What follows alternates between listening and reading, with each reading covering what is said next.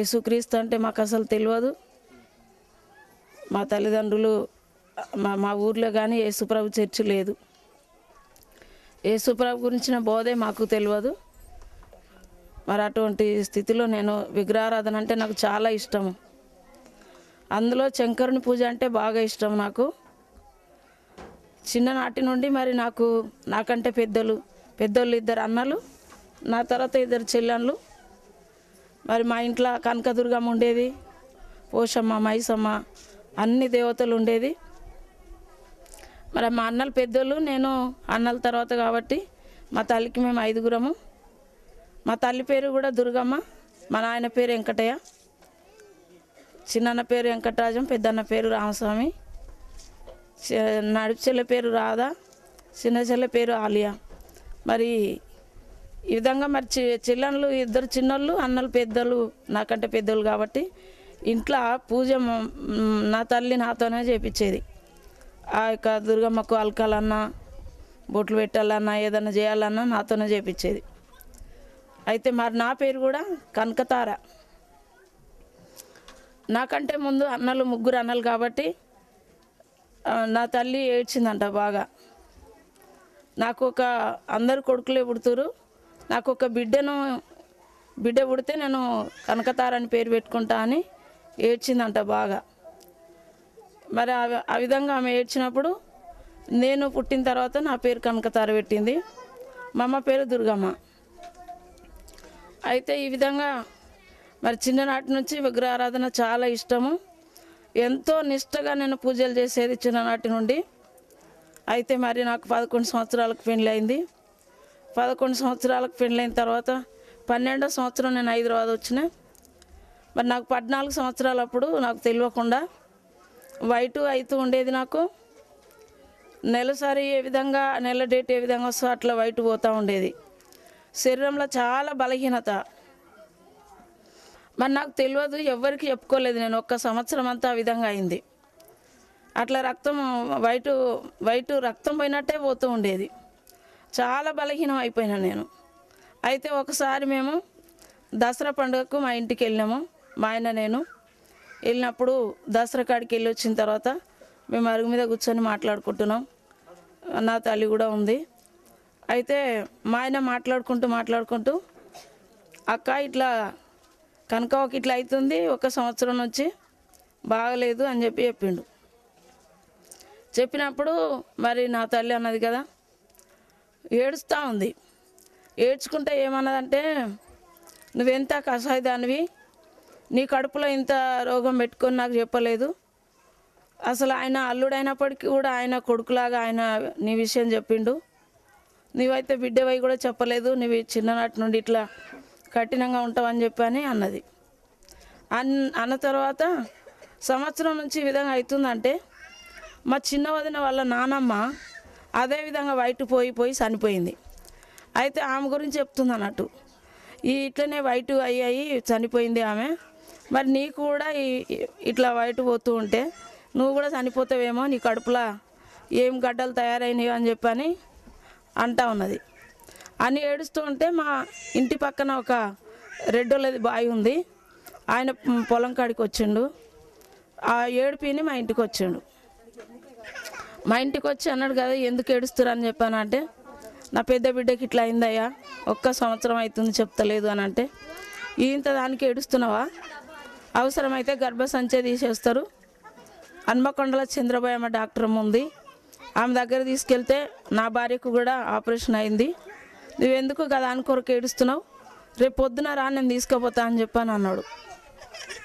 మేము చీకటితో తయారై చంద్రబాయమ్మ డాక్టర్ దగ్గరికి వెళ్ళిన తర్వాత ఆమె అన్ని రక్త పరీక్షలు, మూత్ర పరీక్షలు అన్నీ చేసింది. నెలకు రావాలి, వారానికి ఒక్కసారి పెన్సిలిన్ చూపించుకోవాలి, తప్పక బాగుపడుతుందని చెప్పని అన్నది. అయిన తర్వాత మేము ఇక్కడ నుండి నెలకి వెళ్తూ ఉంటే నిజంగా మరి వైటు అనేది తగ్గిపోయి 3 నెలలకు ఒక్కసారి, 4 నెలలకు ఒకసారి అట్లా నెల డేట్ వస్తూ ఉండేది. వచ్చినప్పుడు చాలా రక్తం పోతూ ఉండేది, ప్రాణాలు పోనంతగా బాధ కలుగుతుండేది. అటువంటి పరిస్థితిలో మరి ఇక ఆమె మీద కూడా విసుకొచ్చింది, డాక్టర్ అమ్మ మీద విసుకొచ్చి ఆమె దగ్గరికి కూడా వెళ్ళకుండా ఆగిపోయినాం. ఇప్పుడు మరి శంకర్రావు డాక్టర్ ఇప్పుడు మరి ఆయన రాజకీయాలలో ఉన్నాడు. అయితే వాళ్ళు ముసిరాబాద్లో ఉండేది. ఆ డాక్టర్ దగ్గరికి వెళ్ళినాం మేము. శంకర్రావు డాక్టర్ బాగా చూస్తాడంటే పోయినాం.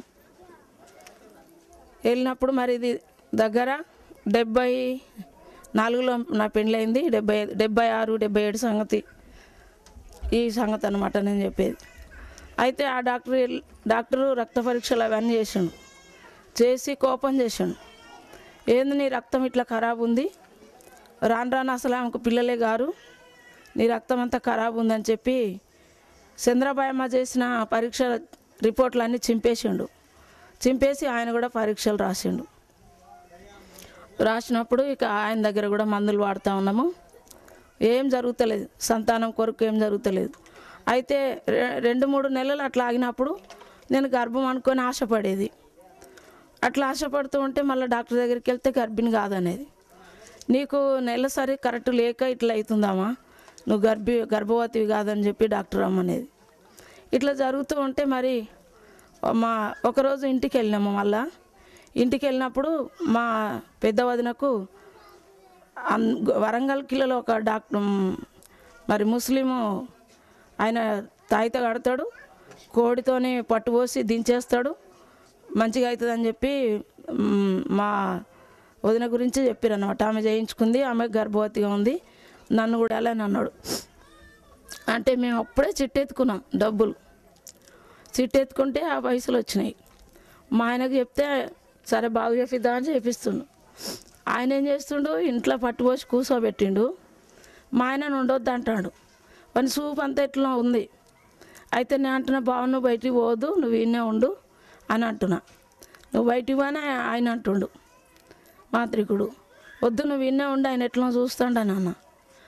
అయితే పరద పక్కన నిలబడ్డాడు. ఆయన ఆ యొక్క మంత్రం చేసి ఆ పసుపును నా ఛాతి మీద నా వీపులో రాస్తూ ఉన్నాడు.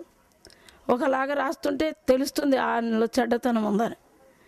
అయితే ఇక నేను ఈ తాయితే కట్టుకో, రాత్రులంతా కట్టుకొని పొద్దున నీళ్ళల్లో ఇడిచేయాలని అన్నాడు. సరే అని తాయితే కట్టుకున్నా. నీళ్ళల్లో తాయితే కట్టుకుంటే చెయ్యి అంతా ఎగురుతుంది, తాయితే కట్టిన చెయ్యి. ఇదేంది వాడు నన్ను ఏం చేసిండో ఏమో, ఈ తాయితే పాడుగాను ఎందుకని చెప్పి ఆ తాయితను ఇడిచి నీళ్ళల్లో అదే రాత్రి పడేసిన. అట్లా జరిగిన తర్వాత ఇక ఎక్కడ మాంత్రికులు ఏడ తాయిత కడతారంటే ఆడ తాయిత కట్టించుకునేది. పుస్తెల తాడుకు అన్ని తాయితలు ఉండేది. తాయితల మూటకు మూటే ఉండేది నా పుస్తెల తాడుకు. ఒక్కొక్కటి 1000 రూపాయలు, 600 ఇట్లాగా తీసుకొని కట్టారు. అయితే అప్పుడు మరి 82కు ముందు కాబట్టి అంత రేటు పెట్టిన తాయితలు ఎందుకు నేను ఇడిచేయాలి, పడేయాలి, ఇది ఇడిచేస్తే ఇంకా ఎంత ఘోరం వస్తుందో అనుకొని తాయితలు అట్లనే ఉంచుకునేది. ఇట్లా జరుగుతూ ఉంటే ఒకరోజు మరి నేను ఒక ఆయన అన్నాడు కదా, బిడ్డ నువ్వు 41 రోజు ఆంజనేయుల పూజ చేయి బిడ్డ, ఇప్పుడు శ్రావణం వస్తుంది కదా నీకు మంచిగా అవుతుందని చెప్పిండు. 41 రోజు అసలు ఎవ్వరు లేవరు. అది సిటీలో రామ్నగర్లో అది చాలా ఒంటరిగా ఉంటుంది, మధ్యలో అన్ని సరికర్తుమ్మలు ఉంటాయి. 41 రోజు స్నానం చేసి ఆఖరి రోజు కొబ్బరికాయ కొట్టమంటే నేను ప్రతిరోజు కొబ్బరికాయ తీసుకెళ్ళేది. ఆఖరి రోజు ఎందుకు కొట్టుడు, 70 పైసలు పెడితే 60 పైసలు పెడితే కొబ్బరికాయ వస్తుంది. దీనికే నేను ఆఖరి రోజు కొట్టానా, రోజు కొడతాను, రోజు తీసుకెళ్ళేది. రోజు ఎవరు కనబడిన టైంలో స్నానం చేసి మధ్యరాత్రి వెళ్ళి ఆ గుడి చుట్టూ తిరిగి కొబ్బరికాయ కొట్టి వచ్చేది. అయితే ఇట్లా 40 రోజులు చేసినా ఏం కాలేదు. అయిన తర్వాత మరి ఇక ఒకరోజు మా మేనత్త బిడ్డ, మా నాయన వాళ్ళ పెద్దమ్మ బిడ్డ దేవుని నమ్ముకుంది. వాళ్ళది కరీంనగర్ భీమదేవరపల్లి మండలం గట్ల నరసింహపురంలో ఉంటుంది ఆమె. అయితే వాళ్ళ ఇంట్లో చాలా దేవతలు ఉండేది. మమ్మల్ని ప్రతి పండుగకు పిలిచేటోళ్ళు, పెద్ద మరి పెండ్లంత ఖర్చులు చేసేటోళ్ళు. వాళ్ళు దేవుని నమ్ముకున్నారు. అయితే ఆమె వచ్చి దేవుని గురించి చెప్తా ఉంది. కనకతారా నేను వచ్చి 3 రోజులు అవుతుంది, నువ్వు అన్నం తింటలేవు, అన్నం వండినట్టే కనిపిస్తుంది కానీ తింటలేవు, నీకు ఏమైందని అడిగితే నాకు ఇట్లా ఉంటుంది అక్క, 10 రోజులు అన్నం తినకపోయినా 10 రోజులు ఆకలి కాదక్క నాకు, ఒకసారి 10 రోజులు తినలేదక్క, నేను 10 రోజులు తినకపోయినా నాకు ఆకలి లేదక్క అని చెప్పిన. చెప్తే నువ్వు యేసుప్రభుని నమ్ముకో అని అన్నది. అమ్మ యేసుప్రభు అంటే చిన్నప్పటి నుండి భయం నాకు. ఎందుకంటే ఆయన తలలో కిరీటం చూస్తే రక్తం కారుతున్నట్టు, పక్కలో గాయము, చేతులలో మేకులు. అసలు ఆయనను చూస్తేనే నాకు ఎంతో నీతిమంతుడని అనిపించేది. నాకు ఏం బోధ తెలియదు, ఖాళీ ఫోటో చూస్తేనే అట్లా అనిపించేది. ఈయన ఎంత యథార్థవంతుడైతే ఈయనను పట్టుకొని కొట్టిరు. అసలు ఇట్లా ఎవరన్నా కొట్టనిస్తారా? మా దేవతలనైతే మీదకి వస్తే గదతో కొడతారు, చక్రం ఇడుస్తారు, ఎన్నో చేసి తప్పించుకుంటారు. అసలు ఈయన ఏంది ఇట్లా కొట్టిపించుకున్నాడు? ఈయనలో ఏదో సత్యం ఉంది, ఈ ముఖంలో ఎంతో దీనత్వం ఉంది అని భయపడుతూ ఉండేది నేను. అయితే యేసుప్రభు అని అంటే ఇష్టమే, కొంత భయము, అంత నీతిగా ఉండలేనని బాధ ఉండేది. అయితే ఆమె చెప్తుంది నమ్ముకో అని అంటే, ఆమెకు గాజులు మట్టెలు ఏవి లేవు. నేను నీ లెక్క విధవరాలుగా ఉండాలంటే నాతో కాదు, నాకు బొట్టు అంటే ఇష్టము, గాజులు అంటే చాలా ఇష్టము, నేను నా యొక్క పద్ధతులన్నీ నేను మార్చుకోలేను, నీ దేవుని నేను నమ్మలేను అని అన్నప్పుడు ఆమె అన్నది కదా, ఏం తీసేకు, గాజులు బొట్లు ఏవి తీసేకు, అక్కడ ఒక పాస్టర్ ఉంటాడు, ఆయనతో ప్రార్థన చేస్తా, నువ్వు రా అని చెప్పి అన్నది. ఒక దినానికి 3 సార్లు వచ్చి చెప్పింది. అయితే నేను అన్నీ ఆమెను తిడుతూ ఉన్నా, మీరు ఇట్లా చేస్తారు, ఇక క్రిస్టియన్ ఎట్లా చేస్తారు, తాగమని అంటారు, తాగుతారు, కొంతమంది వ్యభిచారాలు చేస్తారు, ఇష్టానుసారమైన జీవితం జీవిస్తారు కదా. నేను అవన్నీ ఆమె మీద చెప్తా ఉన్నా, మీరు ఇట్లా, మీరు అట్లా, ఇది చేస్తారు, అది చేస్తారని చెప్తా ఉన్నా. అన్ని తప్పులే చేస్తారు, అసలు ఒక్క దాంట్లో కూడా కరెక్ట్ ఉండరు, మీరు మీ దేవుని నన్ను ఎందుకు నమ్మంటున్నావు అని చెప్పాను అన్న. ఇట్లా ఎంత అన్నా కానీ నా దగ్గరికి వచ్చి చెప్తుంది. సరే మరి నన్ను ఏం చేయమంటావు అని అన్నా. ఎందుకంటే మరి నేను దేవతల దగ్గరికి పోతే కొబ్బరికాయలు, పువ్వులు, అగరబత్తీలు తీసుకొని వెళ్తా కదా, మరి నాకేం తెలుసు ఆ దేవుని దగ్గరికి ఎట్లా పోతారో. అయితే మరి నన్ను ఏం చేయమంటావు అని అన్నా. ఏం లేదు, వట్టిగానే రా అని చెప్పి అన్నది. అంటే నేను సరే ఈమెతో బాగా బొట్టు గిట్టని బాగా వాదన చేసిన కదా, పోతున్నా తయారైనా. మా అన్న అడిగితే పొమ్మని అన్నాడు. సరే అనిపోయినా. పోయేటప్పుడు అనుకుంటున్నా కదా, అయ్యో ఆ దేవుడు అంత నీతి గల దేవుడు కదా, మా దేవుడికి అయితేనేమో గుగ్గిలము, అగరబత్తీలు అన్నీ వేస్తాం, మరి ఆయనకు బొట్టు లేని దేవుడు కాబట్టి బొట్టు లేకుండానే వెళ్ళాలి. సరే ఆయన నీతి ఎందుకు మనం జడగొట్టాలి, ఆయనకి ఎట్లుంటారో గట్లనే పోవాలి అని నా చేతులతో బొట్టు తుడిచేసి పోయినా నేను చర్చికి. నేను మొట్టమొదట భక్త సింగయ్య గారి చర్చి, ఎబ్రహం చర్చికి వెళ్ళినా. 82లో నేను చర్చికి వెళ్ళినా. 82లో చర్చికి వెళ్ళి అప్పుడు 7 రోజులు మీటింగులు జరుగుతున్నాయి. అయ్యగారు అప్పుడు భక్త సింగయ్య గారు ఉన్నాడు, కంటి ఆపరేషన్ అయింది, అమెరికా నుండి తీసుకొచ్చారు. ఇక వాక్యము మాట్లాడలేకపోతుండు, ప్రార్థన చేస్తుండు. ఆ రోజు నేను చర్చికి వెళ్తే 11 గంటలకు స్టార్ట్ అయింది. ఇంకా ఏమేమో చెప్తున్నారు, నాకేం అర్థమవుతలేదు. అయితే నాకేం తెలుసు, ఆ బోధ గురించి తెలియదు కదా. నేను ఈ అక్కను ఊకే ఇట్లా తొడబట్టి లేపుతా ఉన్నా, మోకాలు బట్టి. నన్ను వెళ్ళిపోతా, నాకు ఉండబుద్ధి అయితే లేదు. అసలు ఏంది ఇక్కడ చెప్పడము, ఏమో చెప్తా ఉన్నారు, నాకు ఒక్క మాట అర్థమైతే లేదు. అయినా ప్రతిదానికి యేసు అది ఇది అని అంటారు. మాకేమో ఒక్క దేవుని తలిస్తే ఎన్నో దేవతలను అసలు తలుసుకుంటాం మేము. ఊకే ఒకటే ముచ్చట చెప్తా ఉన్నారు ఏంది, అసలు ఎన్ని దేవతలను తలుసుకోవాలి, ఈ ఒక్క దేవునే తలుసుకుంటారు, అసలు నేను ఉండను అని చెప్పి అని ఊకే ఆమె కాలు బట్టి లేపుతున్నా. ఆమెమో ప్రార్థనలో లీలమవుతుంది, నేనేమో తాపకోసారి లేపుతా ఉన్నా. లేపుతున్నప్పుడు ఆమె అప్పటికే ఒక వాక్యం అయిపోయింది, నాకు ఏం తెలియదు. 2వ వాక్యం అన్నమాట. 2వ వాక్యం చెప్పేటప్పుడు ఒక అయ్యగారు నిలబడ్డాడు, పేరు అయితే విన్నా. అయితే ఈమె ఏమంటుందంటే, కనకతారా ఇప్పుడు మీ దేవుని గురించి చెప్తారు అన్నది. అంటే ఇప్పుడు చెప్తారేమో, మరి ఇది టైం అయిందేమో అనుకుంటున్నాను నేను. టైం అయినట్టుంది, ఇక చెప్తారు కావచ్చు అని చెప్పి నేను మనసు అంతా అటే పెట్టినా. ఆయన లేచి నిలబడ్డాడు, ఇక ఆయన చెప్తాడు కావచ్చు మా దేవుని గురించి అని అటే నా మనసు అంతా పెట్టినప్పుడు ఆయన లేచి ఏం చెప్పిండంటే, మత్తయి సువార్తలో వాక్యము, నీ కుడి కన్ను నిన్ను అభ్యంతరపరిస్తే దాన్ని తీసేయి, నీ కుడి కన్ను నీ కుడి చేయి నిన్ను అభ్యంతరపరిస్తే దాన్ని నరికేయి, కుంటివాడవో, గుడ్డివాడవో, మూగవాడవాయి, అంటే చేతి లేనివాడవో, కాళ్ళు లేనివాడవాయి దేవుని రాజ్యంలో ప్రవేశించుట నీకు మేలు. కాలు చేతులతో పాపం చేసి నరకాన్ని పోట కంటే ఈ లోకంలో అవిటితనం, గుడ్డితనంతో, అది అంగహీనతతో దేవుని రాజ్యంలో చేరుట మేలు అని చెప్పి చెప్తా ఉన్నాడు. చెప్తుంటే నాకు ఆ మాటలు టక్కున నా మనసులోకి వెళ్ళిపోయినాయి. ఇంకా ఆ తర్వాత ఏం చెప్పిండో కూడా నాకు తెలియదు. ఎందుకు నాకు ఈ మాటలు మనసులోకి వెళ్ళిపోయినాయి అంటే, చిన్నప్పుడు మాకు కొత్తకొండ తీర్థం జరిగేది, వేలేరు దగ్గర కొత్తకొండ. వేలేరేమో నేను పుట్టిన ఊరు. అయితే మా పెద్దన్న చిన్నన్న ఇద్దట్లో ఎవరు తెచ్చారు, యమలోకం క్యాలెండర్ తెచ్చారు, మా అరుగు మీద ఉంది. అయితే దాని మీద ముక్కుకు తాడేసి గాను గీకుతున్నట్టు, చేతులు నరికినట్టు, కండ్లను పొడి చేసినట్టు, రోట్లేసి దంచుతున్నట్టు, రంపాలతో కోస్తున్నట్టు బొమ్మలు ఉన్నాయి. శంకరుడు, ఆ విష్ణు, ఆ బ్రహ్మ వీళ్ళందరూ 3 దిక్కులు ఉన్నారు, ముగ్గురు ఒక దిక్కు ఉన్నారు. అక్కడ అంతా పచ్చిక ప్రశాంతమైన స్థలము, అక్కడ అందరు కూర్చున్నట్టుగా మంచిగా ఉన్నట్టుగా ఉంది. అయితే నా సొంత నాయన వల్ల అన్న, పెదనాయన, ఆయన అడిగిన, పెద్దయ్య మరి ఇట్లా ఎందుకున్నారు వీళ్ళు, అసలు ఈ శంకరుడు ఎందుకు తలకాయకు పామేసుకొని ఉంటాడు, కండ్లు ఎందుకు మూసిండు, ఈయనకి ఎందుకు ఇన్ని తలకాయలు ఉన్నాయి, ఈయనకి ఎందుకు ఒకటే తలకాయ ఉంది, వీళ్ళందరూ ఏంది అని అడిగినప్పుడు ఒక శంకరుని గురించి చెప్పిండు నాకు. బిడ్డ, ఈయన పాము మెడకేసుకున్నాడు కదా, మధ్యలో ఒక కన్ను ఉంటుంది, ఆ కన్ను తెరిస్తే లోకం మునుగుతుంది, అందుకని ఎప్పుడు కన్ను మూసే ఉంటాడు, అది శత్రు కన్ను అని చెప్పిండు. ఇది పాము ఎందుకు వేసుకున్నాడంటే, ఈ పాము ఈ లోకాన్ని అంతా పడిగ మీద మోస్తూ ఉంది, పాము తల మీద మోస్తూ ఉంది ఈ భూలోకాన్ని, చుట్టబట్ట వేసి చుట్టబట్ట మీద లోకాన్ని మోస్తుంది, ఎప్పుడు మెడలు ఇట్లా అంటే లోకం మునిగిపోతుంది, అందుకని అని చెప్పాడు.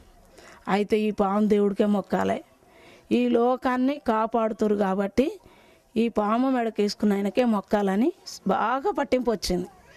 ఇంకా అన్నీ వదిలేసిన నేను, ఎక్కువ అన్నిటి మీద ఆసక్తి పోయింది. ఇట్లా జరుగుతూ ఉంటే మరి వీళ్ళు ఎందుకు ఈ చేతులు నరికేసారు, ఈ గానుగు గుంజిపిస్తారు, ముక్కులకి వెళ్ళి తాళ్ళేసి గుంజుతారు, రంపంతో కోస్తారు ఎందుకనంటే అన్నాడు కదా, బిడ్డ ఇక్కడ దొంగతనాలు చేస్తే దేవుడు చేతులతో దొంగతనం చేస్తే చేతులు నరికెత్తాడు, కాని తప్పులు చేస్తే కళ్ళు తీసేస్తాడు, కాళ్ళతో కానీ దొంగతనాలు చేస్తే కాళ్ళు నరికేస్తాడు, రంపాలతో కోస్తారు, సూది దొంగతనం చేస్తే సూదిలో నుంచి ఈగిస్తారు, గాజు దొంగతనం చేస్తే గాజులో నుంచి ఈగిస్తారని చెప్పిండు. చెప్పినప్పుడు నేను ఎంతగానో భయపడ్డా, ఎందుకంటే మా ఇంటికి పూసవెర్లలో వచ్చేటోళ్ళు, అప్పుడు గంపలలో గాజులు చూదులు అమ్మేటోళ్ళు. అయితే నేను అప్పుడు ఏం చేసినంటే, ఇక ఎప్పుడన్నా గాజులు దొంగతనం చేసేది, సూది దొంగతనం చేసేది, ఇక ఎక్కువ వాళ్ళు తీసి కింద పెడితే గాజులు ఎత్తుకపోయి దాచుకునేది, సూదులు దాచుకునేది.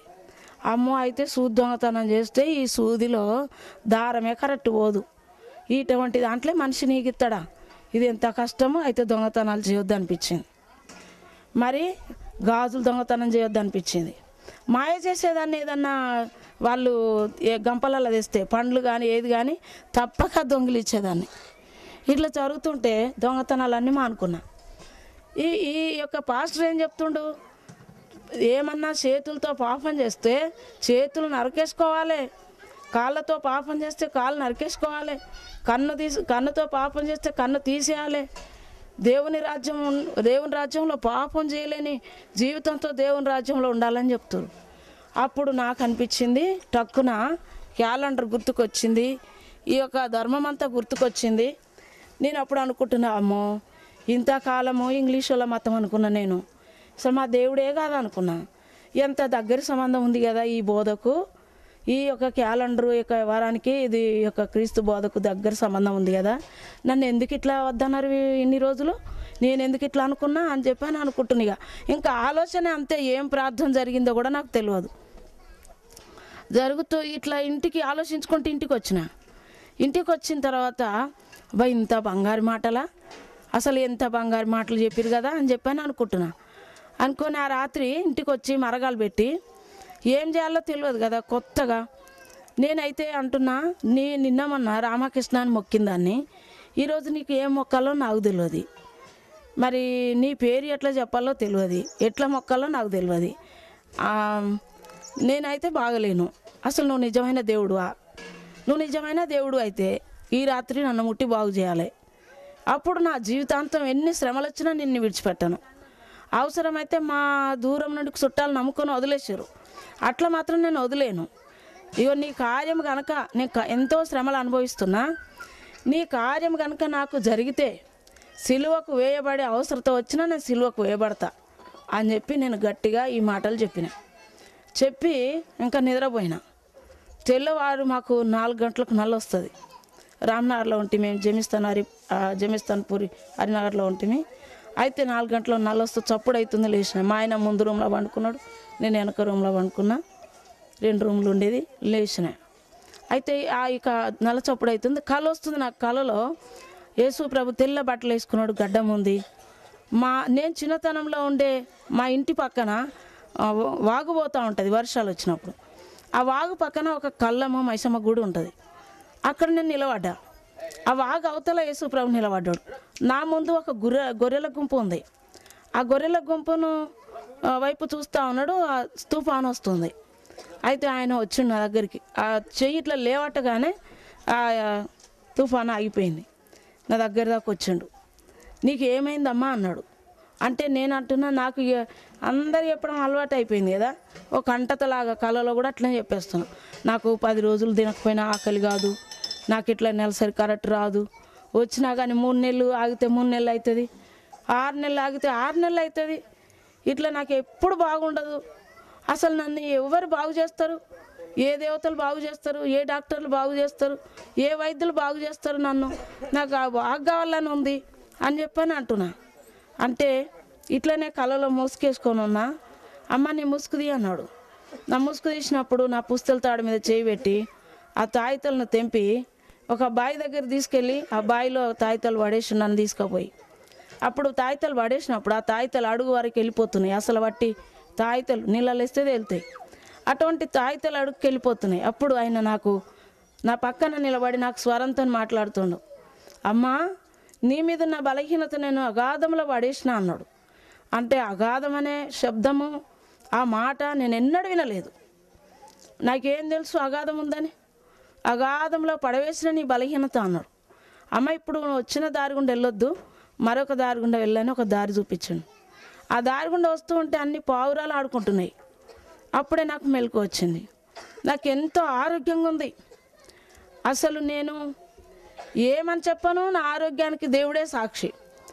నేను 7-8 గంటల దాకా ఎవరన్నా లేపితే మా ఆయన వచ్చి తలుపు కొట్టి ఎంతో లేపినా నేను లేవకపోదును. నా ప్రాణం ఎక్కడో పోతుండేది నీరసంగా. అటువంటిది నేను దిగ్గున లేచినగా ఆరోగ్యం చాలా బాగున్నది. మా ఆయన దగ్గరికి వెళ్ళినా, బాబా ఆలోచిస్తున్నా, మరి మా ఆయనకు క్రిస్టియన్ అంటే ఇష్టం ఉండదు కదా, మరి క్రిస్టియన్ వాళ్ళని ఎక్కిరిస్తాడు. ఇప్పుడు చెప్పన్నా చెప్పొద్దా? ఏమో ఆయన ఓనిచ్చిండు, చర్చికి లేకుంటే లేదు. చెప్పనైతే చెప్తా అని లేపిన. బాబా నాకు యేసు ప్రభు కనిపించిండు, నా తాయితలు తెంపేసిండు, నాకు మంచిగా అనిపిస్తుంది అన్న. అంటే ఆయన నిద్రమత్తులు ఏమన్నాడంటే, ఏ దేవుడు అయితే నమ్ముకోరాదు, నువ్వు మంచిగా ఉంటే చాలని అన్నాడు. అమ్మో ఇంత మాట సెలవిచ్చిండని. అసలు క్రిస్టియన్ అంటే ఎంత తిడతాడో, వాళ్ళు ఎదురుకొస్తే కూడా వచ్చుకోలేడు, వాళ్ళంతా పక్క దొంగలు అంటాడు, చాలా మరి అసహించుకుంటాడు, వాళ్ళతో మాట్లాడనియాడు నన్ను. అటువంటి పరిస్థితులు ఈ మాట చెప్పిండు కదా అని నేను 2వ వారం చర్చికి వెళ్ళినా. 2వ వారం చర్చికి వెళ్ళి చర్చిలో కన్నీరు గారుస్తున్నా. హెబ్రోన్ చర్చి ఇప్పటికి కూడా ఉంది. 2వ కిటికీ దగ్గర మోకరించి 11 గంటలకు వెళ్ళిన, ఇంకా స్టార్ట్ కాలేదు. ఒక ఆంటీ కూర్చుంది, ఏడుస్తూ ఉన్నా. నిజంగా ఆ యొక్క రక్తధార కట్టబడ్డది. ఎప్పుడైతే తాయితల మీద చేతి పెట్టి తెంపిండో రక్తం ఆగిపోయింది. నేను బాగా ఏడుస్తున్నా. నీవు నిజంగా ఎంత గొప్ప దేవుడవు, నా జీవితం అంతా నీ కొరకే ఇస్తా, నీకే నా జీవితం అని చెప్పి కన్నీరు గారుస్తుంటే, కార్పెట్ మీద నీళ్ళు, చాయ్ గ్లాస్ నీళ్ళు ఎట్లా కారి పడిపోతే ఎట్లా నిలబడి ఉంటాయో, ఆ కార్పెట్ మీద నా కళ్ళ నీళ్ళు నిలబడి ఉన్నాయి. నేను కళ్ళు తెచ్చేసే వరకు ఎవ్వరు లేరు. అమ్మో ఏమనుకుంటారో, ఇన్ని నీళ్ళు బాత్రూమ్ పడ్డదనుకుంటారా, ఏమనుకుంటారో, ఇక్కడ నీళ్ళు లేవు కదా అని చెప్పి, ఇదేమో మరి ఏం ఆలోచిస్తారో అని చెప్పి నేను కొంచెం ముందుకు జరిగి నా చీరతోని లంగతోని ఆ నీళ్ళన్నీ తడిపి ఆ పదను కనబడకుండా కూర్చున్నా, తిడతారేమో అని. ఏం చేసినావు అమ్మా అని అంటారో ఏమో అని అనుకున్నా. అట్లా కూర్చున్నా. వాక్యము అయిపోయింది. ఆ రోజు వాక్యం కూడా నాకేం తెలియదు, నేనేం వినలేదు అసలు. 2 మాటలు, నీ కళ్ళతో పాపం చేస్తే కళ్ళు తీసేయి, చేతులతో పాపం చేస్తే చేతులు నరికే అన్న మాటలే. 2వ వారంలో కూడా ఏం వాక్యం చెప్పారో నాకు ఒక్కటి కూడా గుర్తులేదు. అసలు ఈ మాటలు లోతు నీళ్ళలా రాయిల్లాగా పడిపోయినాయి నా గుండెలో. ఇక నేను అవే మాటలు తలంస్తున్నా. సినిమాలు బంద్ చేసినాయి, పూజలు బంద్ చేసినాయి, అన్నీ బంద్ చేసినాయి. ఎంతో ఆరోగ్యంగా ఉన్నా, మంచిగా తిన్న తిండి నాకు శరీరానికి ఇముడుతుంది. ఆ గోళీలన్నీ బంద్ చేసి పెట్టినా. ఎంతో బాగున్నా, ఎంతో ఆరోగ్యంగా ఉన్నా. సినిమాలకు వెళ్ళేదాన్ని, వారానికి ఎన్నోసార్లు సినిమాలకు వెళ్ళేది. పైసలు లేకపోతే మా ఆయన కాళ్ళ మీద పడి అడుక్కునేదాన్ని. అప్పుడు 60 పైసల టికెట్, 40 పైసల టికెట్ ఉండేది. అయితే అట్లా వెళ్తూ ఉండేది. ఏ సినిమా వచ్చినా మా ఆయన చూసి నాకు చెప్పేటోడు. ఇక నేను అన్ని సినిమాలు చూసేదాన్ని. ఇట్లా జరుగుతూ ఉండేది. పాపట్ల కుంకుమ ఉండేది, ఈబిది బొట్టు ఉండేది, పసుపు బొట్టు ఉండేది, నొసటికి 3 బొట్లు, గంధము, పువ్వులు. ప్రతిరోజు ఉదయకాలమున 6 గంటలకే మా ఇంట్లో దీపం ముట్టియాలి. చిమ్మ చీకటితో లేచి స్నానం చేయాలి, మసి గుడ్డలతో సహా విండాలి. అంత నిష్ట కలిగిన పూజలు చేస్తూ ఉండేది. మా అన్నలు వచ్చి మా చెల్లె ఇల్లు వైకుంఠంలాగా ఉంటుందని సంబరపడి కాసేపు బొరుకునేటోళ్ళు కింద పండుకొని. ఎంత సంతోషంగా ఉంటుందో మా చెల్లె ఇల్లు ఇంత నీట్గా పెడుతుంది అనేటోళ్ళు. అట్లా నిష్టగా నేను ఉంచుకునేదాన్ని. అయితే ఇక అన్నీ తీసిన ఫోటోలను తీసి పక్కకు పెట్టినా. ఇక పూజ లేదు, బల్ల లేదు, అది ఏది లేదు, బల్ల ఆరాధన లేదు. జరుగుతూ ఉండగా ఒకరోజు మా పెదనైన కొడుకు బిడ్డ చీర కట్టిస్తారు, ఇంట్లోకి తీసారు. ఆ రోజు ఆ పండుగకి వెళ్ళినా. అందరు పూలు పెట్టుకుంటారు, పసుపు పెట్టుకుంటారు, బొట్లు పెట్టుకుంటారు. పసుపు పెట్టనిచ్చినా కానీ బొట్టు పెట్టనియలేదు. అందరికీ తెలిసిపోయింది. ఇక రహస్యంగా వెళ్తున్నా నేను చర్చికి. అందరూ తెలిసిపోయి బొట్టు ఎందుకు పెట్టనియలేదు, ఇట్లా చేస్తుందని చెప్పి ఇక అందరికీ తెలిసిపోయి ఇంగ్లీష్ అని మతం పట్టింది, ఇంగ్లీష్ అని పుట్టిందా, ఏమన్నా బిఏ చదివిందా, బీకాన్ చదివిందా, దానికి ఆ మతం గురించి ఏం తెలుసు, వాళ్ళు ఎంత చెడ్డోళ్ళు ఉంటారు, వాళ్ళు అసలు ఆ భక్తులు ఉన్న వాళ్ళు అంత చెడ్డోళ్ళు, పాపాలు చేస్తారు, ఎంత నీతిగా ఉంటుంది పిల్ల, ఆ హిందూ పద్ధతి ప్రకారం ఉంటుంది, ఎందుకు ఈ దేవుని నమ్మింది, ముండమోకం పెట్టినావు, నువ్వు ఉండగానే చచ్చిపోయిందా, ఇక నువ్వు ఉండగానే ముండమోసిందా అని ఇట్లా అందరు ఎగతాలు చేసుడు. అందరూ అక్కలు, బావలు, వదినలు, అన్నలే ఉండేది అక్కడ అంతా. ఇట్లా అందరూ ఎగతాలు చేస్తుంటే మా ఆయన కొన్ని రోజులు ఓపిక పట్టాడు.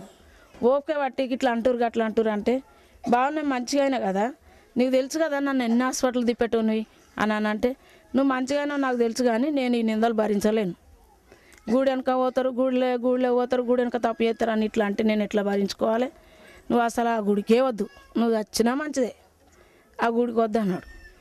అంటే ఇక నేను ప్రమాణం చేసిన కదా, హిందూ పద్ధతిలో కూడా నేను ఏదన్నా ప్రమాణం చేస్తే అది నిలబెట్టుకునేదాన్ని. మరి ఇప్పుడు నేను ప్రమాణం చేస్తుని సిలువకు వేయబడతాను అంటిని, మరి ఈయన వద్దంటే ఏంది, నేను ఏం చేయాలని చాలా బాధ. ఇట్లా జరుగుతూ ఉంటే ఇక బోనాలు చేయాలని, అన్ని పూజలు చేయాలని బాగా చిత్రహింసలు.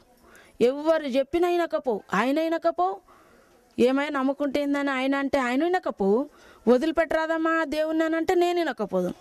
మా ఇద్దరికి ఎవరు చెప్పేటోళ్ళు ఉండకపోదురు. అసలు మా ఇంట్లో తగ్గాపోరు నడిచేది, ఎన్నడూ గొడవ లేని స్థితి. వంట చేసేటోళ్ళం తినకపోదు, 3 రోజులైనా తలుపెట్టి ఉండేటోళ్ళం. అన్నం అంతా బాసిపోయేది, కూరలన్నీ బాసిపోయేటి. బయటికి ఎవరికి చెప్పుకోమో, బయటికి రాము. ఇట్లా జరుగుతూ ఉండేది. ఇట్లా జరుగుతూ ఉంటే ఒకరోజు బాగా కోపం వచ్చింది ఆయనకు. గొడ్డలు తీసి విసిరితే చెక్క అల్మార ఉండే, అల్మార్కి ఇంత ఇంత వెడల్పు చెక్క గొడ్డలతోని నరకబడి కింద పడ్డది. అది నాకు దాకలేదు. అది దాకలేదని వేరే రాళ్ళు, కంకర్రాళ్ళు తీసి కొడతా ఉన్నాడు. ఒక్క రాయి దాకుతలేదు నాకు. బయటకు వెళ్ళి అందరూ బిల్డింగ్ మీద ఉన్న వాళ్ళు అందరు కిందికి వచ్చారు. ఏందా పిల్లని అట్లా కొడుతుండు, ఈయనకు పిచ్చలేసిందా ఆమెకు పిచ్చలేసిందా అంటారు అందరూ. అంటూ ఉంటే ఈ క్రిస్టియన్ మతం పట్టిందంటే, ఎందుకమ్మా మతం పట్టేది, మంచి పాలు లాంటి సంసారంలో నీళ్ళు పోసుకున్నట్టు, నిప్పులు పోసుకున్నట్టు, ఎందుకా మతం పట్టుడు, వదిలేసాయి, ఎంతమంది నమ్ముతారు వదిలేస్తారు, ఇంట్లోకి ఇష్టం లేనప్పుడు నీకేంది అని చెప్పని అంటా ఉన్నారు. కానీ ఇంత కూడా ఘోరంతో సందు కూడా నా గుండెల్లో ఎవరికి లేదు. వాళ్ళు ఎన్ని మాటలన్నా నేను ఒప్పుకుంటలేను. నా గుండె ఎంత మాత్రం కూడా కరుగుతలేదు.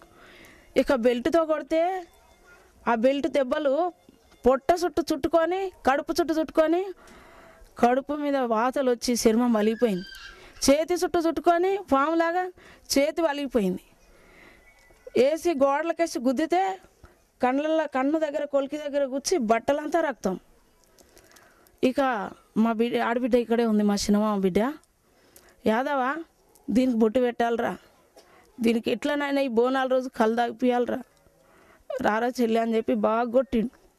కొడితే నేను అంటున్నా, యాదవ నీకు తెలుసు కదా నా సంగతి, నీకు తెలుసు కదా, నన్ను ఎట్లా చేస్తావు, ఆయన పెట్టుమంటే పెడతావా నాకు బొట్టు, కళ్ళు తాగిపిమంటే తాగిపిస్తావు, నేను భయపడుతూ ఉన్నా, నేను ఇంత నీతిగా ఉంటా యాదవ అని చెప్పాను అంటున్నాను. నేను కూడా భయపడుతున్నా వదినే, నీ దేవునికి నేను కూడా భయపడుతున్నా అంటుంది. ఆమె సమక్క సారక మొక్కేది, ఆమె మీదకి సమక్క పూనుకునేది ఆమెకు.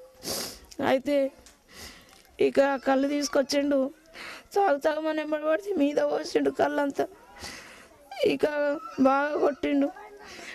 ఇప్పుడు బొట్టు పెడతా వాళ్ళేదని యాదవని బెదిరిస్తే యాదవ బొట్టు పెట్టింది. కాసేపు అయిన తర్వాత తుడుచుకున్నా, బోనం ఎత్తిపించిండు, గుడి చుట్టూ తిప్పుతా ఉన్నాడు, చెట్టుకున కొడుతూ ఉన్నాడు. ప్రభువా నేను నీ బిడ్డాను కదా, నేను నిన్ను నమ్ముకున్నా కదా ప్రభువా, నేను నమ్ముకున్నాక నా జీవితంలో ఎంతో నెమ్మది ఉంది కదా ప్రభువా, నన్ను ఇట్లా నీలో నుంచి మారవాలని చూస్తున్నారు ప్రభువా. నువ్వు దానియేలు దేవుడు కదా, నువ్వు సింహాల బోన్లోకి వచ్చినావు కదా తండ్రి, నువ్వు షడ్రకు మెషకు అబ్దునుగోల దేవుడు కదా తండ్రి, నువ్వు అగ్నిలోనికి వచ్చినావు కదా తండ్రి, నువ్వు నాలోనికి రావా ప్రభువా, నన్ను ఇటువంటి శ్రమ నుంచి తప్పించవా ప్రభు అని నేను బాగా ఏడుచుకునేదాన్ని. ఆకాశం వైపు కళ్ళు పెట్టి నువ్వు లేనిది నేను బతకను ప్రభు, నీ సత్యం అంతా నాకు తెలిసింది ప్రభు, నేను అసత్యంగా ఉండలేను ప్రభు, నేను చేసిన తప్పులు ఇక చేయలేను ప్రభు అని చెప్పి నేను బాగా ఏడుస్తూ ఉన్నా. ఏడుస్తుంటే కొట్టక ముందే ఏడుస్తుందని చెప్పి బాగా కొట్టేటోడు. నేను కొట్టినాను, ఇప్పుడు నేను కొట్టినానని కొట్టక ముందే ఏడుస్తున్నాను కొట్టేటోడు. అట్లా నేను బాగా ఏడుస్తూ దేవునికి చెప్పుకునేదాన్ని. ఇట్లా జరుగుతూ ఉండగా మరి ఒకరోజు మరి చర్చికి ఎప్పుడన్నా దొంగతనాన్ని వెళ్ళొచ్చేది. 4 మాటలు వినొస్తా అని ఆయన లేనప్పుడు 4 మాటలు వినొస్తా ఇంటే నేను శోధన జయించవచ్చు అనుకునేది. ఎప్పుడన్నా చర్చికి వెళ్ళినా అప్పుడే వచ్చిన నేను ఇంటికి. అప్పుడు 30 మంది డ్రైవర్లు ఆటోకు లోన్ కొర పెట్టుకున్నారు. అయితే చెక్కింగ్కి వచ్చారు. నేను అప్పుడే బైబిల్ పట్టుకొని తలుపు తీస్తున్నాం. ఆ తలుపు ఆయన ఇంక్వైరీకి వచ్చిన వాళ్ళు మీరు క్రిస్టియన్ కదా, ఎస్సీ అని ఎందుకు చెప్పారు, లోన్ తీసుకోవడానికి అని చెప్పి ఆ లోన్ ఈయన క్యాన్సిల్ చేశారు. 10 మంది ఈయనతో ఉన్న డ్రైవర్లంతా ఏం సంపాదించారు, ఆ యేసుప్రభు నమ్ముకొని ఇంటికి వచ్చిన ఆటో క్యాన్సిల్ అయిపోయింది. అదేమో నమ్ముకుంటే ఏది రాదు, పుట్టగతి ఉండదు, ఈ గవర్నమెంట్ నుంచి ఏం రాదు, అది ఇదని చెప్తా ఉన్నారు ఈయనకు. ఆయన వచ్చి నా నోటికాడ బుక్క తీస్తావే నీ దేవుని నమ్మి అని చెప్పి బాగా కొడతా ఉన్నాడు, తిడుతూ ఉన్నాడు. వదిలిపెట్టి ఆ దేవున్నాను. అయితే నేను అప్పుడే చర్చి నుంచి వచ్చిన తలుపు తీస్తున్నా. నన్ను భయంకరమైన కోపంతో వచ్చాడు మీదికి. ఇప్పుడు నేను చచ్చిపోతా కావచ్చు, తప్పించుకోవాలని మా అన్నోళ్ళ ఇంట్లో కురుకుతున్నా. మా అన్న లోపల ఉండేది. ఆ దర్వాజా కాడికి వెళ్ళి తలుపు తీస్తున్నా, మెయిన్ దర్వాజా తలుపు తీస్తున్నా. అక్కడి నుండి తంతే ఆ యాప చెట్టు అంత దూరాన్ని ఎగిరిపడి అక్కడ పొట్టు పొయ్యి మీద నీళ్ళు కాగుతున్నాయి, మండుతుంది పొయ్యి. ఆ నీళ్ళు పొయ్యి అంతా నా మీదనే పడ్డది. కట్టదరుచుకో పడ్డట్టు ఇట్లా ఉతికినట్టు పడ్డా. నాకు సోయి తప్పింది. అప్పుడు నన్ను తీసుకెళ్ళారు, మా అన్నోళ్ళు ఇంట్లోకి తీసుకెళ్ళి పండుకోబెట్టారు. కొంచెం మెలకు వస్తుంది. అప్పుడు అంటారు కదా, పొద్దుగాల అడిగిపిద్దాం, దేవుని నమ్మిన వాళ్ళు లేరా, చేసిన వాళ్ళు లేరా, పొద్దుగాలైనా తప్పక అడుగుదామని అనుకుంటారు. నేను అనుకుంటున్నా కదా, అడిగిపిస్తే ఆయనకు నాకు వచ్చే గొడవేంది, దేవుని కోసమే కదా, తప్పక వీళ్ళు దేవుని వద్దని అంటారు. అంటే నేనేమో కావాలంట అని చెప్పి మెలకు రానే మా ఇంటికి వెళ్ళిపోయినా. ఇంటికి వెళ్ళిపోతే మా అమ్మ వచ్చి, మేము నిన్ను కనలేదా, పెంచలేదా, నువ్వు ఎందుకు అడిగిపోయకముందే ఎందుకు వచ్చినావు అని చెప్పి ఆమె కూడా కొట్టింది.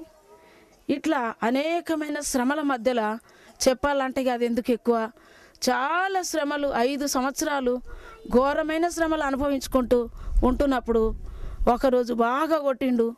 కొడితే ఆయన చెప్పకుండా అమ్మోళ్ళ ఇంటికి వెళ్ళిపోతే అక్కడ కళ్ళలో చూపిస్తుండు, తెల్లవారుజామున నీ బైబుల్ చితలు అయిపోతుంది అన్నాడు.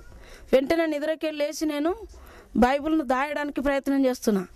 ఆయన వచ్చినట్టు బైబుల్ తీసుకెళ్ళి చింపినట్టు వస్తుంది కళ.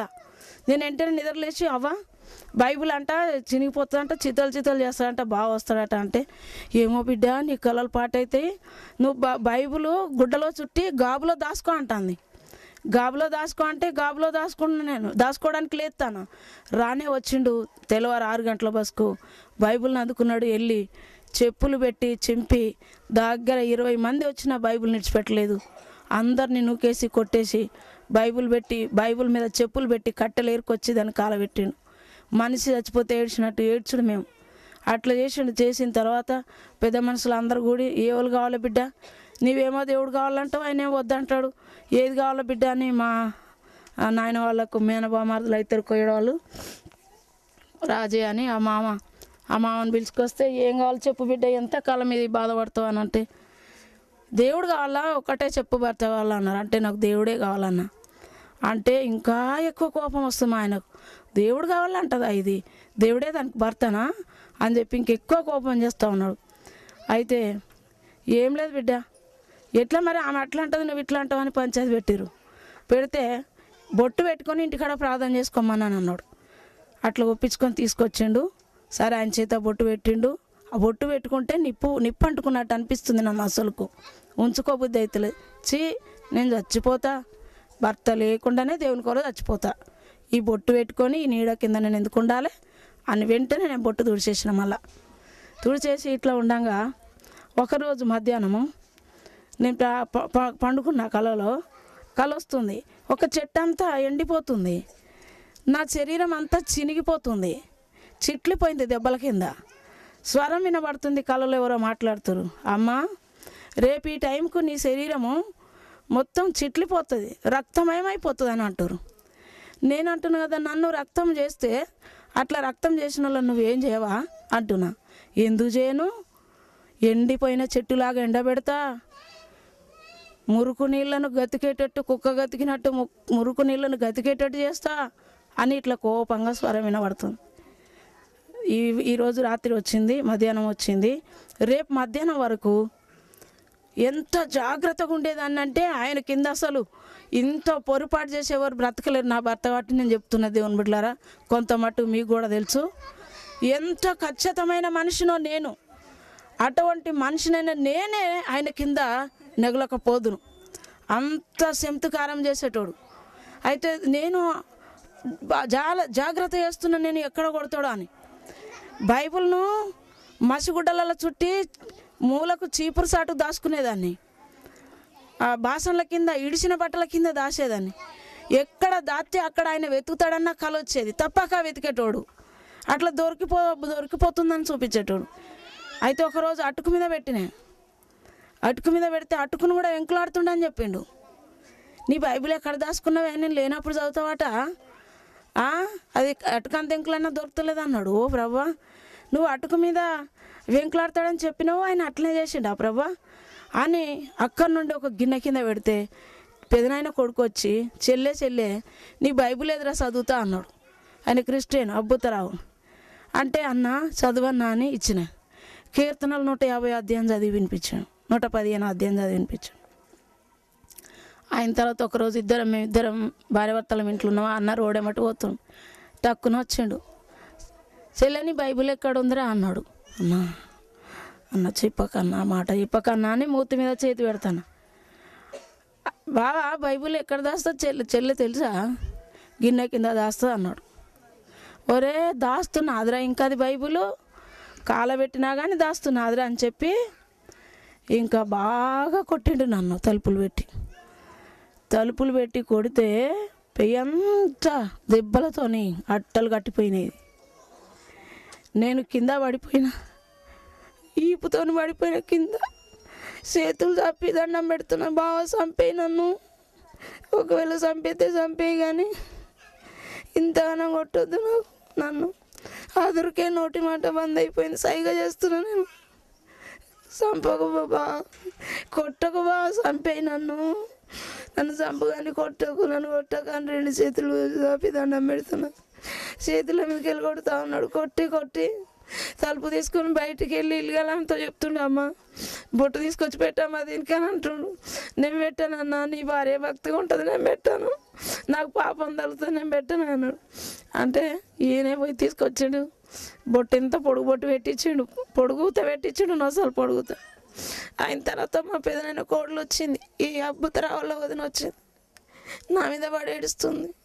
ఏడ్చేటప్పుడు నేను అనుకుంటున్నాను కదా, మా వదిన క్రిస్టియన్ కదా, నా ఆదరిస్తుందేమో, ఇట్లా కొట్టొద్దని చెప్తుందేమో అనుకుంటున్నాను నా మనసులో.